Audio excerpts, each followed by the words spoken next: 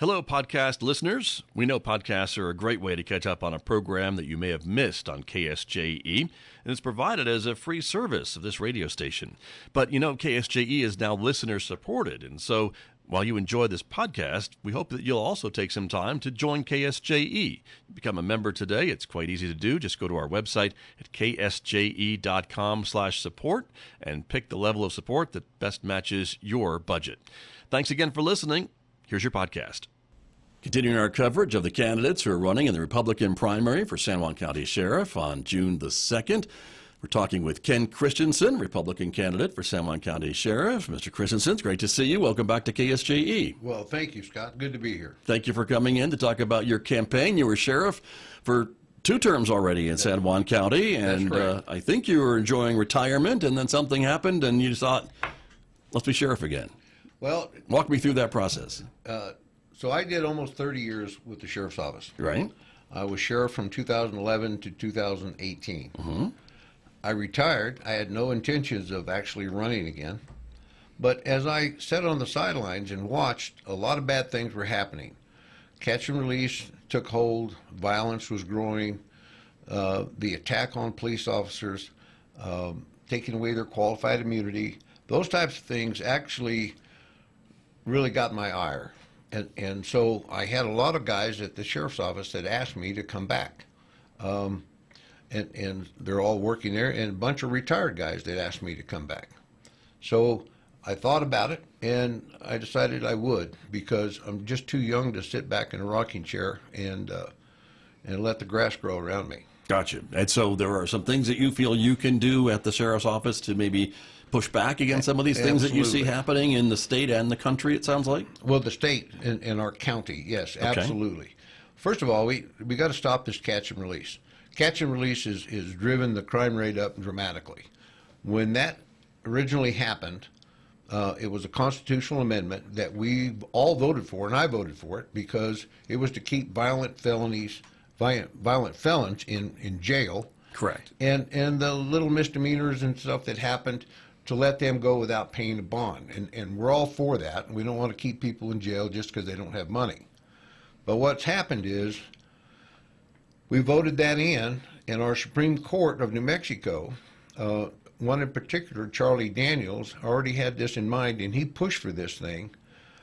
And what they did was they put in a matrix called the Arnold tool.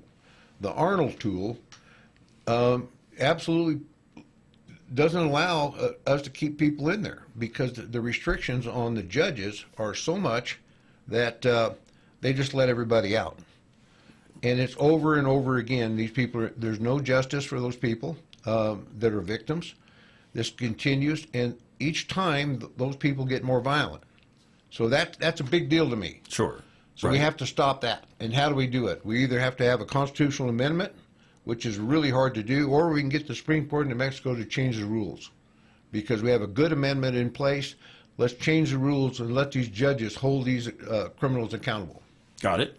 And so that's how to fix the problem. But as sheriff, is there something else that you can do at the law enforcement level, Absolutely. At the county level, try to keep these folks in custody? Absolutely. Well, we can first of all target the repeat offenders. Right. Just like we did before. Right. When I was sheriff before, everybody said we couldn't do it. We couldn't reduce the crime rate, and we did. We targeted repeat offenders, held them accountable, and magically the crime rate dropped. We reduced DWIs and calls for service, because when those people are behind bars, there's not thousands and thousands of criminals. There's a few hundred criminals, and when they're behind bars, the crime rate drops dramatically. Got it. And so that helped. Absolutely. It put the focus on the criminal. Here's what we've been doing, and this is another thing that New Mexico did, was take away the qualified immunity for police officers.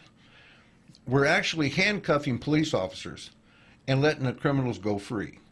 So when you talk about the violence and things that happen, the officers on the street, they're restricted by all the policies and new laws that came out, and some of them are very restrictive policies. And they're worried about how much paperwork or how many policies they're going to violate by doing something. They either need to stop that and act on instinct and protect themselves and act before the criminal acts. protecting our officers it should be number one, because they're protecting all of us. And that's why we've had, in the past 7 years, over 30 police shootings in San Juan County, and resulted in a lot of death. We even lost an officer last year. So, and then in Mexico, the shooting rate went up to 350 in the last 7 years. It's ridiculous. And you feel that's happening because these officers are spending more time thinking about the what-ifs than just responding to the threat that they're faced with. I guarantee it. And not only that, but the lack of accountability for criminals. And we've just reversed the process. So we've allowed the criminals to go free, and we're handcuffing officers. Let the officers do their job. Sometimes, things happen and people get hurt. They're happening a lot more because of these restrictive policies and the catch and release. Got you. Understood. And so those are two important things that sounds like you are working with your campaign and talking to the voters about. Absolutely. What are some of the other issues you feel that need to be addressed here in San Juan County with the sheriff's office? Well, one of the biggest one is the retention and recruitment. Right. Because we're losing officers left and right. And there's a lot of reasons why. And just what I just stated. So those are, the qualified immunity is huge. Sure. And here, let me talk about the qualified immunity. When the trial lawyers pushed this and passed it in in Santa Fe, they're thinking I don't know what they were thinking, but it's the wrong move, because I don't know what you're going to get by suing a police officer. Payments, because that's all he's on. He's living paycheck to paycheck. These guys don't need this over their head. They don't need the threat of taking their retirement and taking their home and taking their vehicles that they still all owe money on. They're raising families. They're trying to do the best they can. There are other ways to hold law enforcement accountable besides suing them. Got it. Understood. But you would also, let me ask you what you would think, because you would also agree, I would think, that officers need some rules of the road, rules to live by, right? We just can't absolutely. have them not under any kind of scrutiny, right? If something does go wrong while they're with the badge and enforcing the laws of the county. We've always done that, and there's civil remedies. There's also taking away their certification for life, suspending them, firing them. There's all kinds of mechanisms in place already that people don't realize is already there. I see. And we've gotten rid of a lot of bad cops, and I've arrested several of them through the years. Right. So I'm all for holding cops accountable, but let's don't beat them down to a pulp where they can't do their job. Understood. Let me ask you a bit, too, about the campaign. Have you chosen an undersheriff, or is that something you'd like to tell us this morning? Well, I never announced the undersheriff until after the primary if you win. There's reason for that. If you pick somebody that you don't like, then I'm not going to get your vote. So I'm just going to wait until after the primary, because the undersheriff's not going to be on the ballot. Picking an undersheriff is, in my opinion, and announcing it before the primary is almost suicidal. Okay. And I think that's your prerogative, and that's fair. Do you have someone in mind? I have several. Okay. All right. Fair enough. Yep. What about endorsements? Can you talk to me about that? Have you gotten some endorsements that you want to share from folks? There's plenty of endorsements, from retired lieutenants and other captains and other people that I worked with all those years. And there's a ton of endorsements from police officers to citizens. They're coming out of the woodwork, and I appreciate them, each and every one, and they're on my website. Okay. All right. Very good. And Facebook page. Okay. Good to know. We can find them there, and I'll ask you for those addresses a little bit later on as Right. well. I did want to ask you, too, about the office of the sheriff, since you've had that office before. It is the highest elected law enforcement officer in a county, right? That's it's correct. different than a police chief and things like that. Yep. And that, I think, comes with other responsibilities and things like that. How do you see yourself, again, in that position, enforcing and following the Constitution, both in New Mexico and maybe federal issues as well? Right.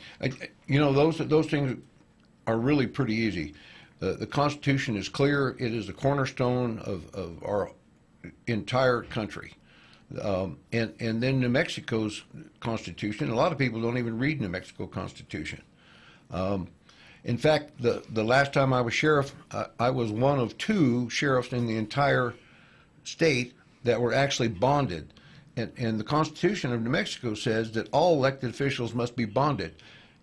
And everybody gets mistaken and uses the state blanket bonds or the county blanket bonds for elected officials. That's not the way the Constitution reads. The Constitution reads you have to use your own money in the game, not the people's money. Interesting. I hope that makes sense. Right. Well, and that's a New Mexico Constitution requirement. Correct. That's correct. And so you're saying it's maybe misinterpreted. It's misinterpreted, and everybody abuses it. Got it. And that includes judges and all elected officials. Right. They should be bonded, and it's listed in our Constitution exactly the bond and how much. Got you. Law enforcement, we hear sometimes they have the ability to maybe enforce the laws or maybe not enforce some laws. I'm thinking speeding tickets and things like that. That's called discretion, yes, Discretion, yes, that's the word I was looking for. Thank you. And so how do you feel about that? Do you give your deputies the discretion when they're out in the field on certain things? Oh, absolutely.